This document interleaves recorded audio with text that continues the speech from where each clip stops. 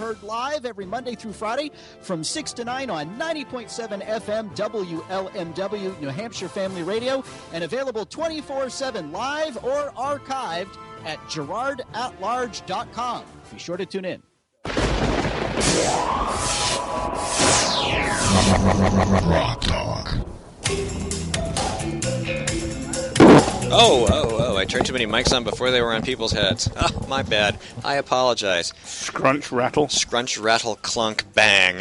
Welcome back to GrokTALK. I was going to say we were talking about social issues, and the Garcia campaign came out with a statistic.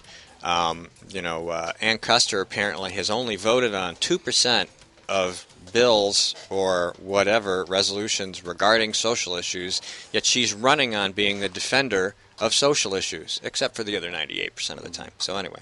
Wow.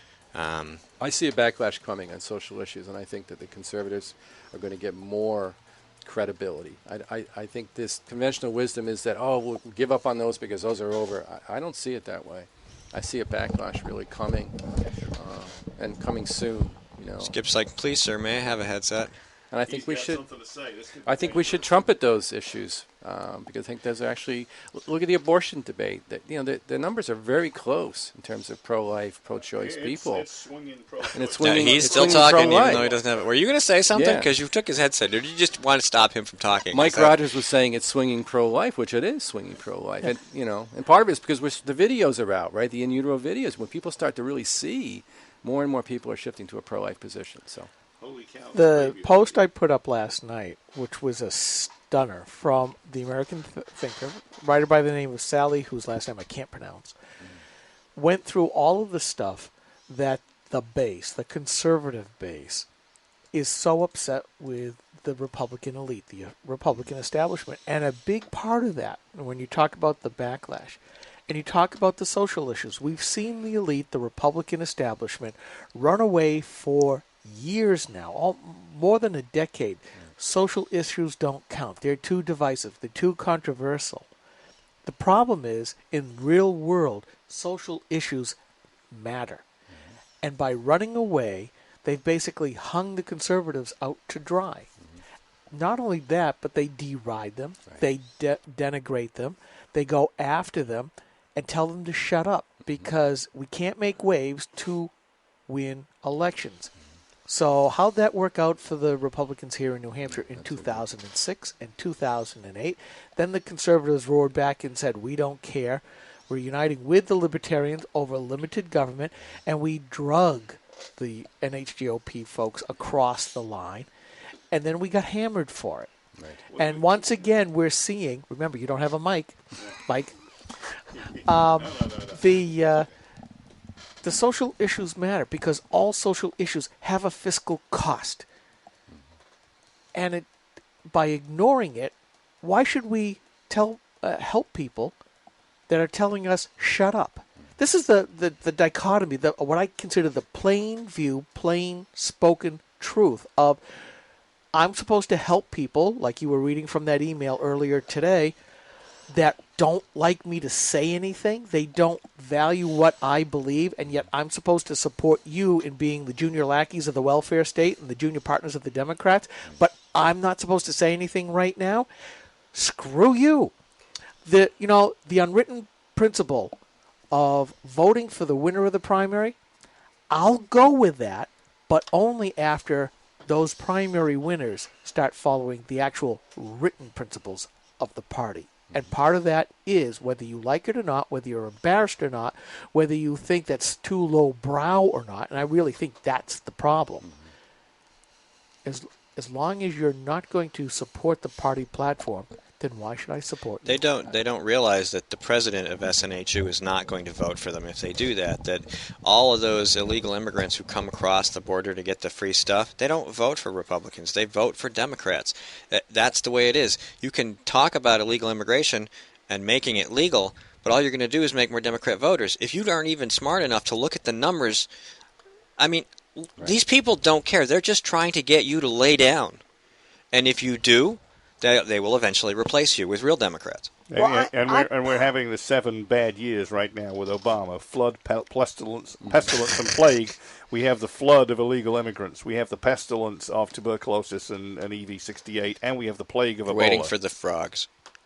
Indeed. Ribbit. Indeed. After you. In the interim, though, I am prepared to introduce legislation to the New Hampshire House that will provide free birth control for any Democrat or progressive. Period. I like it. I'm willing to raise money to fund their birth control.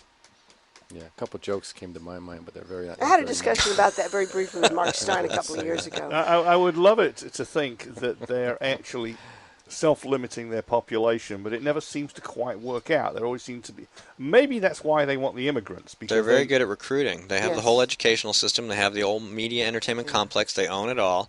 They dominate it, and they just keep pumping their message out over and over and over. It's the 2 minutes hate. It just.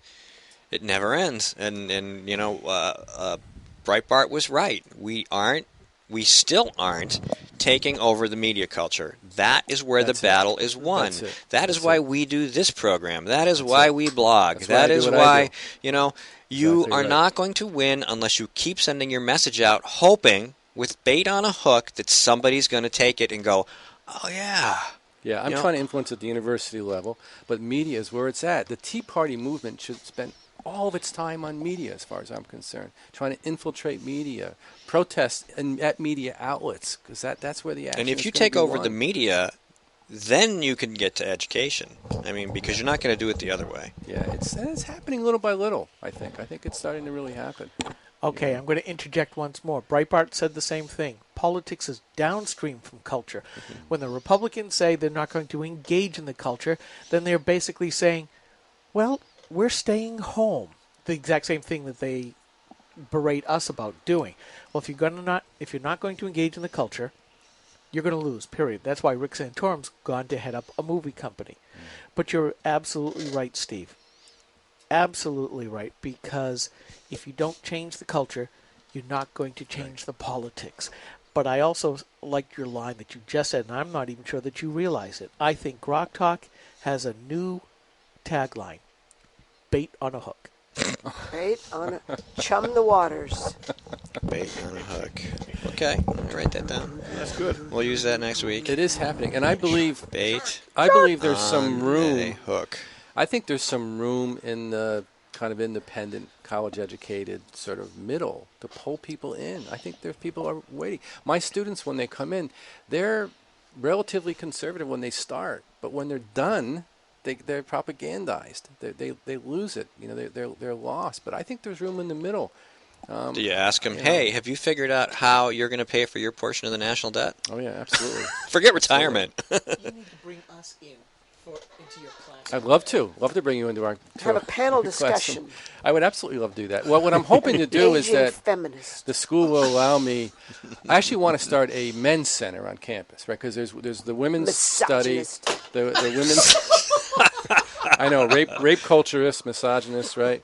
But there's a women's studies program. There's a women's center. There's no men's study. Women's studies? What the hell are they studying? How to hate men. That's how to hate men. There's the rules of men hating, and they study that at the beginning. You got to understand that when a man admires what you're wearing, that's rape. Okay, got to understand that. If you don't have a grasp on those fine details. But don't you have to sign papers for that now in California? If a man holds the door for you, that's rape. Yeah. You got to get this all down. I asked my sexuality, human sexuality. I teach human sexuality. I asked them yesterday What? I teach human sexuality. It's SNHU. Is there a lab? There is a lab. Would you like to be in it? Actually, there is. I'll give you the dates when we're done here. Yeah. So. But we had a discussion the last time he was on about why SNHU actually let him. Pay for this? Of course they do. They're getting my tutelage. Susan's face is so. You were never in Stillwater, Oklahoma, were you? No, I haven't been in Stillwater. But there's a lot of good theater. Susan's face is so. He's only got about a minute. Let him finish his thought. We could sell photos as the next Mona Lisa. I asked them how can a man compliment a woman? What are the appropriate, acceptable ways a man is allowed to compliment? What isn't rape? Good gold jewelry. Yeah. Weekend trips. No. No, I didn't say how does he seduce a woman. Not how to seduce a woman. How does he compliment a woman? You got to ask the question because they don't know how to answer. You have to say something like, I like your shoes. somebody told me That's rape. Somebody told me that you're wearing nice shoes, or apparently that's a nice dress. You have to abstract yourself out of it. You can't say anything personal. So I challenged him. How would a man actually compliment a woman, to sort of do that? So it's bizarre and it's out of control. Well, see, that's so. the And thing. you teach this. Yes, I do. It's a great opportunity. Christmas. Actually, you So- see, it's important because What's he the can. test? I show How does one score that test? I show Excuse me. pictures of a penis and a Yeah. vagina, and I say, circle the correct one, and then they get to circle the correct one. That's pretty much, A or B. I think that's just not inclusive. It's not inclusive. But it's a good class, and I actually am Okay. teaching it from Tab a relatively A, slot B. conservative perspective. Yeah, It's pretty simple. yeah. I talk about relationships and spirituality, not just sex. I'm bringing a lot of things. In this into it more particular than- circumstance, given the way the culture is, there is an opportunity for a gentleman like him to fix some heads. But normally you wouldn't think you'd want to waste any time on something like But that. at yesterday college was level. my last class after the show, actually. So I've actually been done. Yesterday was my last.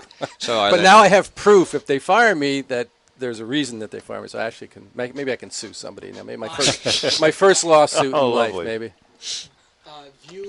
Viewer, what is it? Viewer. bias? Viewer bias. Viewer bias? Yes. Yes. Viewer bias. Maybe Outlook Jennifer viewer Horn can bias. help me how to sue that for that viewer bias. Yeah. Well, there was no pool, so I don't know if she's got the skill set. But anyway, can't say it was a dull show. No. Certainly can't say that. What is there a degree in that? Or is Of that course. like an elective? Oh, sexuality is a huge fit. It is an elective here, but there's major degrees in sexuality, right? Yeah.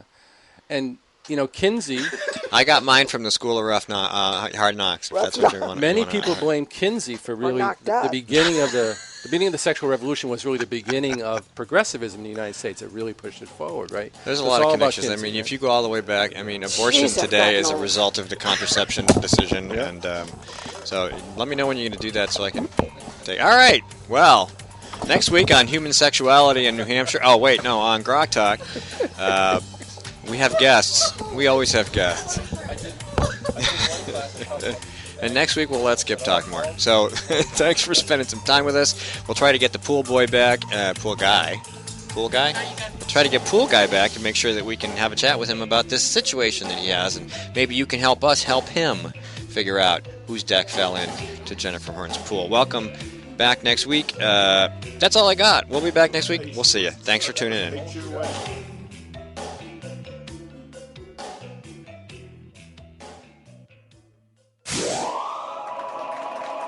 Yeah, baby. When asked whether she still supports Obamacare, Senator Jeanne Shaheen said, Yes, I do continue to support the law. We're beginning to see some positive results. how can Senator Shaheen say we're seeing positive results when 22,000 of our neighbors have already lost their health insurance? What's worse, the Boston Globe reports the state's only health insurance provider radically reduced the number of hospitals in their network, forcing some people to drive over an hour for lab work, even when there's a hospital within a few miles of their home. When pressed about lack of access, Shaheen said, There are some hospitals that are not covered, unfortunately, and I certainly hope that's going to change. Jeanne Shaheen promised us we could keep our doctors and our healthcare coverage. Now she hopes we can get to a local hospital?